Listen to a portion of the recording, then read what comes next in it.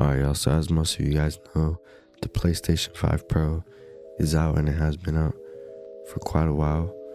And yeah, it says that it can run 4K from 60 to 120 FPS with ray tracing and has a 2TB SSD. So we're gonna see if we can make a PC that can match that or do even better. Maybe we can, maybe we can't. But the PS5 most of the time does not get 4K 120 FPS anyways. So yeah, we're just gonna try and make that anyway. But yeah, let's just jump right into the video. Yes, taking a look at this list, you can see that there's no video card, which we will get to later. But starting off the list with the CPU, we have the Ryzen 5 5600X, 6-core processor, 3.7 gigahertz, 4.6 boost clock. Great CPU overall. It can handle pretty much all GPUs up to like a 3080. And yeah, as you'll see with the GPU that we pair it with later, it goes perfectly fine. And yeah, no bottlenecks, no anything. Gives really good FPS in games, and it can also be used for other things too, as it is a 6-core CPU. You can use it for work or editing, streaming, all of that stuff. So yeah, and to cool it, we're gonna get this Cooler Master Hyper 212. This is a really great CPU cooler. Really quiet, cools really good. You can use it on any CPU, any socket. It's an air cooler, only $30, so yeah, really good for the money. And also the 5600X, only $112 right now, which is really great value for the money. Next, we're going with the ATX motherboard, the MSI B550. Now you want to go with the B550 motherboard. Honestly, you can go with whichever one. Just make sure it's B550 and that it fits the size of the case that you want. The case and the motherboard, you can choose whatever. And I'll do the same thing. Just make sure it's B550 because you want to take all the features of all the things that we have today. Next, 16 gigabytes, 3600 RAM. Yeah, 16 gigabytes is more than enough. I mean, it's good enough. It's not, maybe not more than enough, but it's good enough. You don't really need anything more than that, but you definitely want to have less. 16 gigabytes is perfectly fine for gaming and video editing, all of that stuff. Yeah, you won't have any trouble with doing all of that. And for the storage, we had to go with 2 terabytes. So we're going with the Team Group MS30 2 terabyte. Yeah, 2 terabyte SSD.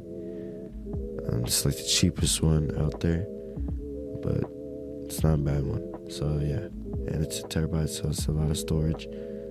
I'm gonna skip over video card for right now.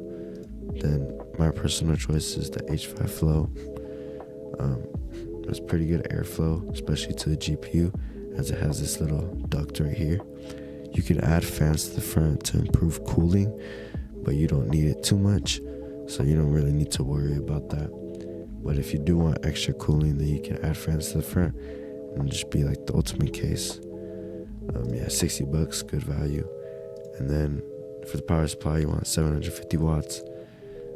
Corsair CX750M. I personally use this one. It's great. Never had any problems at all, ever. So yeah, great one. But now we're gonna look at the GPU. So the GPU that I pick is a RTX 2080 8GB card. For the money, it is a great choice. Gives you great FPS perfectly with the 5600X. Yeah, no problems at all. As you can see, $210. And you don't have to do a 2080 either. You can do like a 2070 Super. Yeah, great performance. Yeah, my recommendation is like a 2080. If you want, you could probably find them on your local market too. I recently bought a 2080 Ti on my local market for $250. So yeah, they're on there. But I've seen a lot of 2070 Supers on my local market too. So yeah, we could see how much? $200, 170. So yeah, a little bit cheaper, 175. Yeah. So either one is perfectly fine. And this all adds up to $700. And I'm pretty sure it will be more performance than PS5 Pro can give you. And also, just it being a PC, you can do so much more. And yeah, you definitely game maybe at 4K. Probably could like 4K 60. But yeah, so I mean, that's my build for today.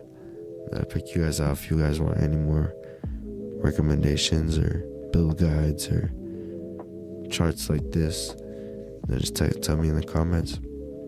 And I would recommend, if you're building a PC, always use PC part picker as your thing to pick parts. It's just works so much better, and it just gives you all the parts like in a list. Like I could show you, it just gives you all of these right here. And yeah, but also we could check used GPU or a new GPU, what kind of performance you could get. So you can get like RX 6600, A750, so those aren't bad cards at all. Yeah, so you can go with the new too if you don't want to go with the used. But yeah, now I would just get a 6600X. Yeah, wouldn't go with 6060 Super or 3050 for $700. So yeah, that's really the only option. Or whenever Intel comes out with the B580 cards, I would probably recommend going with those, but you have to see on that. But yeah, so that's gonna be it for this video. Just a quick guide on a build that beats the PS5 Pro.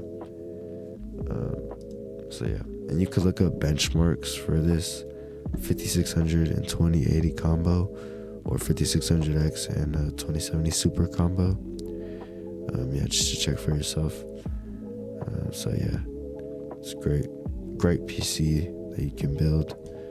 It will be way more than good enough, and would probably beat the PS5 Pro.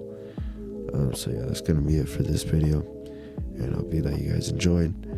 And if you guys have any questions or anything like that, just tell me in the comments down below. Yeah, definitely make sure to respond or make a video about it. So yeah, I'll see y'all in the next video. Peace out.